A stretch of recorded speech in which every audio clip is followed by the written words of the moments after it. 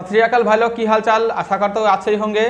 पिछले वीडियो में मैंने ये सब कुछ बताया था, मैं केरला कैसे स्पेंड किया था, तो ये सब चीज़ ध्यान में रखते हुए मैं इस ब्लॉग चैनल को भी स्टार्ट किया और उसी के साथ साथ थोड़ा बहुत लेबर का ज़िंदगी कैसे, तो ये भी आप सभी का साथ शेयर करेंगे। उसका जो व्यू है ये सब भी आपका साथ शेयर करेंगे। लेकिन फिलहाल इस वीडियो में जो टॉपिक के बारे में बताऊंगा वो कुछ ऐसा है कि मैं केरला से आने के बाद पुणे गया था। उधर भी बस सिर्फ 1 महीना रुका था। उधर कैसे मेरा ज़िंदगी स्पेंड हुआ वो सब कुछ मैं बताऊंगा। तो केरला से आने के बाद मुझे करीब 2-3 महीना में घर में रुका। घर में रुकने के बाद फिर वो जीजा जी आके बोला चलो आप तो पुणे जाना ही पड़ेगा, क्योंकि उनका तबीयत अच्छा नहीं था। तो वो आके दवाई ववाई लिया, ठीक ठाक हो गया। उसके बाद बोलो चलो आप पुणे चलते। ठीक है चलते। और काम भी अच्छा है, पैसा ज़्यादा नहीं देता लेकिन कंट्रैक्ट का काम है, तो एक दिन में 5 से हजिरा करके काम होगा, कॉन्ट्रैक्ट में दे देगा तो, और उसके बाद पैसा ही पैसा, ज़्यादा पैसा होगा। तो बस ठीक है चलो चलते। उधर जाने के बाद किसी तरह से पहुंच गया।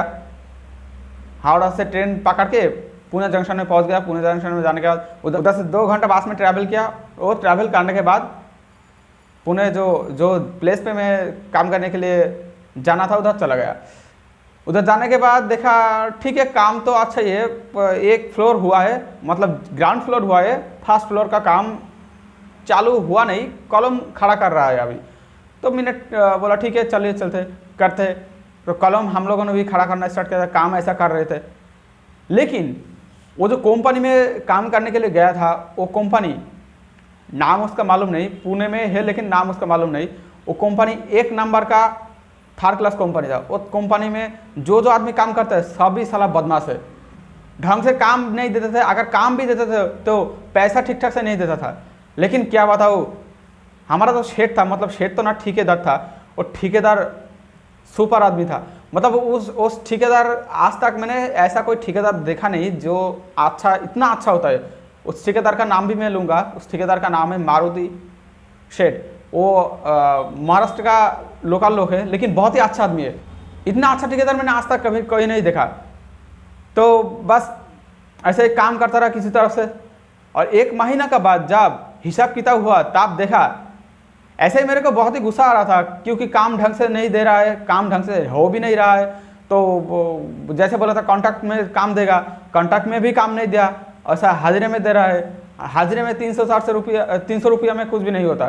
ठीक है, तो ऐसे में स्पेंड हो रहा था, किसी तरफ से जा रहा था। लेकिन और सबसे बड़ा जो तकलीफ मुझे हुआ था, 3 आदमी एक साथ रहता था। उसके अंदर एक आदमी सिर्फ सोता ही था, खाना अपना खुद ही पकाना पड़ता था। एक आदमी सिर्फ सोता ही था और मैं और मेरा जीजा जी खाना बना के उसको ऐसे पकड़ के लेके जा रहा था बाल्टी में। और बाल्टी में कौन पकड़ता, मैं पकड़ता। मतलब वो दोनों मिस्त्री थे, वो एक तो कुछ पकड़ता ही नहीं, और दूसरा जो था वो मतलब मेरा जीजा जी, उन्होंने थोड़ा बहुत इंस्ट्रूमेंट पकड़ता, लेकिन तीसरा जो आदमी था वो कुछ पकड़ता ही नहीं था। तो मुझे बहुत ही गुस्सा आ जाता था। किसी तरफ से दिन ऐसा गुजरता चला गया। मिडिल में मैंने 2-3 दिन काम पे नहीं गया, सिर्फ उस एक ही कारण के लिए। कारण वही है कि ऐसे पकड़ के कौन लेके जाएगा, सलाम बुद्धू है क्या।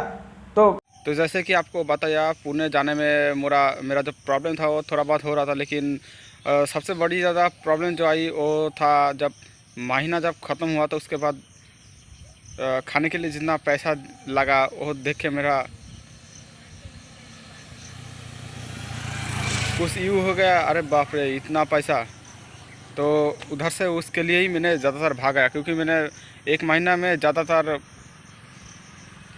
2 से 2,500 खर्चा करता हूँ। लेकिन 1 महीने में उन लोगों ने इतना रुपया, मतलब 5,500 रुपया ले लिया था।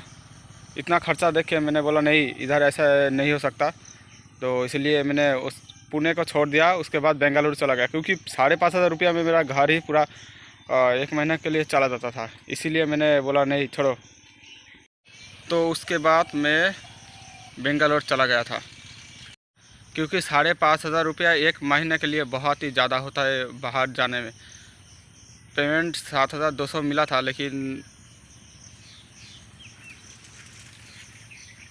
5,500 अगर खाने के लिए दे देंगे तो कैसे होगा। इसलिए मैंने बोला नहीं, इधर काम नहीं करेंगे। और सेठ बहुत अच्छा था, उन्होंने बोला था और भी तुमको पेमेंट देंगे, लेकिन तुम इधर रुक जाओ। मैंने बोला नहीं रुकेंगे नहीं, तो उधर से बेंगलोर चला गया और बहुत ज़्यादा परेशानी में होके ही बेंगलोर चला गया था। जाने का टाइम भी बहुत ज़्यादा परेशानी हुआ।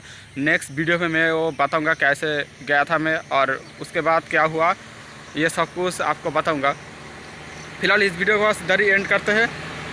तो उम्मीद करते हो पुणे जाने का जो सिस्टम था, पुणे कैसा का, ये जो मैंने बताया और क्या क्या सीन था उधर जो बताया,